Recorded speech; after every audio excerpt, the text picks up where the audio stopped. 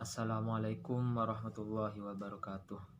Perkenalkan, nama saya Arif Budiman, NIM 200803102061. Di sini saya akan menjelaskan lembaga-lembaga yang terlibat di pasar modal. Lembaga-lembaga yang terlibat di pasar modal di sini ada dua. Yang pertama, lembaga-lembaga pemerintah, dan yang kedua, lembaga-lembaga swasta. Di sini saya kebagian di nomor 2, lembaga-lembaga swasta. Lembaga swasta di samping lembaga-lembaga pemerintah, terdapat beberapa lembaga swasta yang memegang peranan penting dalam menunjang keberhasilan kegiatan di pasar modal. Artinya di samping lembaga pemerintah, di sini lembaga swasta ini juga mempunyai kaitan erat dengan pasar modal.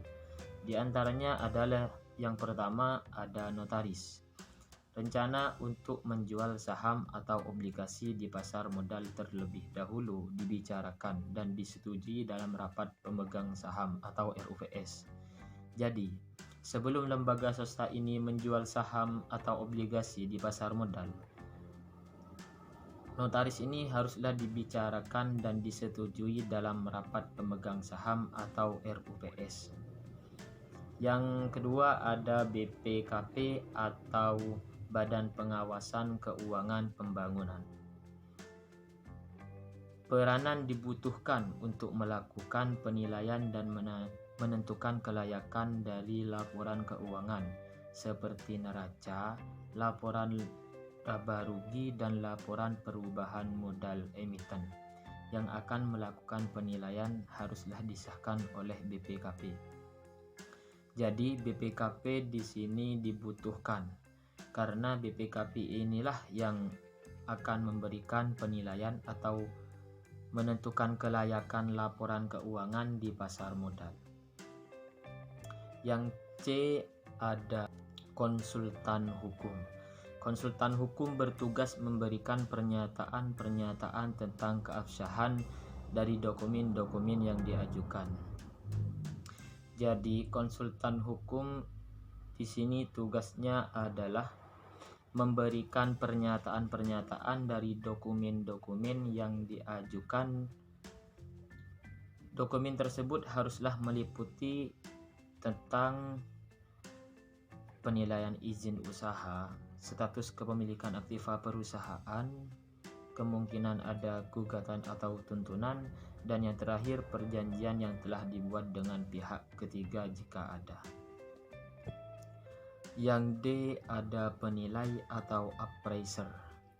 Untuk menilai kewajaran dari nilai suatu aktiva seperti tanah, mesin-mesin, gedung, mobil, dan aktiva lainnya, diperlukan jasa penilai yang profesional.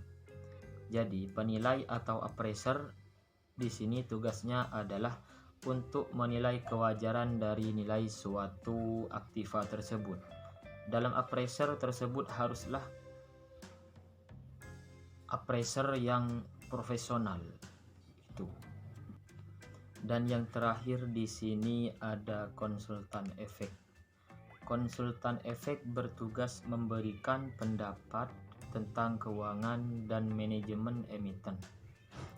Jadi konsultan efek di sini tugasnya adalah memberikan pendapat tentang keuangan yang akan digunakan dan konsultasi yang akan diberikan oleh konsultan efek. Konsultan efek akan memberikan konsultasi tentang jenis dana yang diperlukan, pemilihan sumber dana yang diinginkan, dan yang terakhir struktur permodalan yang tepat. Lanjut di bagian prosedur emisi. Bagi perusahaan yang akan melakukan emisi baik saham maupun obligasi di pasar modal haruslah memenuhi persyaratan dan prosedur yang berlaku yang telah ditetapkan di pasar modal. Jadi, ketika perusahaan akan melakukan emisi baik saham maupun obligasi di pasar modal, maka perusahaan tersebut haruslah memenuhi persyaratan dan prosedur yang berlaku yang ditetapkan di pasar modal. Tahapan-tahapan yang ditetapkan di pasar modal diantaranya ialah sebagai berikut. Yang pertama di sini ada tahapan emisi. Tahapan emisi yang pertama ada tahapan persiapan. Jadi sebelum melakukan penjualan saham atau obligasi di pasar modal, maka tahap pertama bagi perusahaan yang hendak mencari modal di pasar modal adalah melakukan rapat umum pemegang saham atau yang disebut dengan RUPS. Di dalam RUPS tersebut yang dihadiri oleh para pemegang saham yang akan dibicarakan antara lain tujuan mencari modal di pasar modal, jenis modal yang diinginkan, jumlah modal yang dibutuhkan, dan hal-hal lain yang berkaitan dengan emisi. Dan bagian tahapan emisi yang kedua di sini ada penyampaian letter of intent. Jadi hasil rapat yang telah disetujui dalam RUPS itu kemudian diajukan ke Bapepam sebagai wujud hendak menerbitkan efek di pasar modal.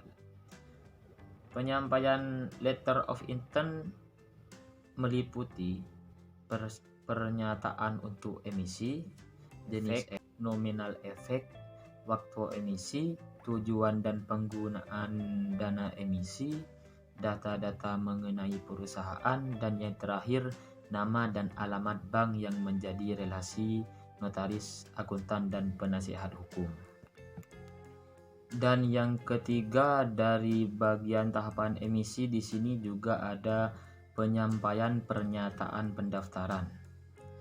Jadi langkah selanjutnya setelah penyampaian letter of intent tadi, penyampaian pernyataan pendaftaran di sini memuat informasi yang diantaranya ialah data tentang manajemen dan komisaris, data tentang struktur modal, kegiatan usaha emiten, rencana emisi, dan yang terakhir adalah penjamin pelaksana emisi. Tahapan emisi selanjutnya di sini ada evaluasi oleh Bapepam atau yang disebut dengan Badan Pemegang Pasar Modal. Jadi setelah seluruh dokumen yang dipersyaratkan telah terpenuhi, maka Bapepam akan dilakukan evaluasi terhadap dokumen-dokumen yang telah disampaikan. Evaluasi oleh Bapepam tersebut meliputi kelengkapan dokumen.